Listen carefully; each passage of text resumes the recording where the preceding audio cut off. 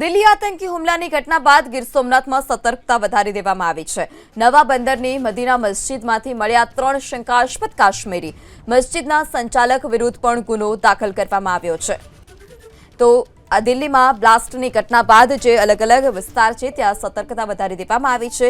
અલગ અલગ જે સીમા વિસ્તાર છે ત્યાં પણ સતર્કતા વધારી દેવામાં આવી છે અને આ તમામ વચ્ચે ગીર સોમનાથમાં સતર્કતાના ભાગરૂપે ચેકિંગ દરમિયાન જે કાશ્મીરી છે તે મળી આવ્યા। નવા બંદરની મદીના મસ્જિદમાંથી 3 શંકાસ્પદ કાશ્મીરી મળ્યા છે।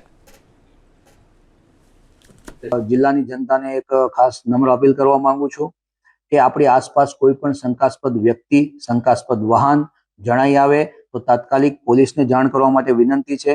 આ ઉપરાંત તમામ હું મસ્જિદ, મદ્રેસા અને હોટલો, ધાબા કોઈના પણ જે સંચાલકો છે એમને પણ હું નમ્ર અપીલ કરવા માંગુ છું કે આપના ધ્યાને પણ કોઈ પણ આવા વ્યક્તિઓ હોય તો તાત્કાલિક પોલીસને જાણ કરો। આવું આપણા દેશના નાગરિકો છે, ફરવું એ કોઈ ગુનો નથી, પરંતુ એક વખત જ્યારે આ પ્રકારની પરિસ્થિતિ છે તો એ સંજોગોમાં આપણે પોલીસ અને તંત્રની મદદ કરી અને આપણી અને આપણા આસપાસના લોકોની સુરક્ષા સુદ્રઢ કરી શકીએ છીએ।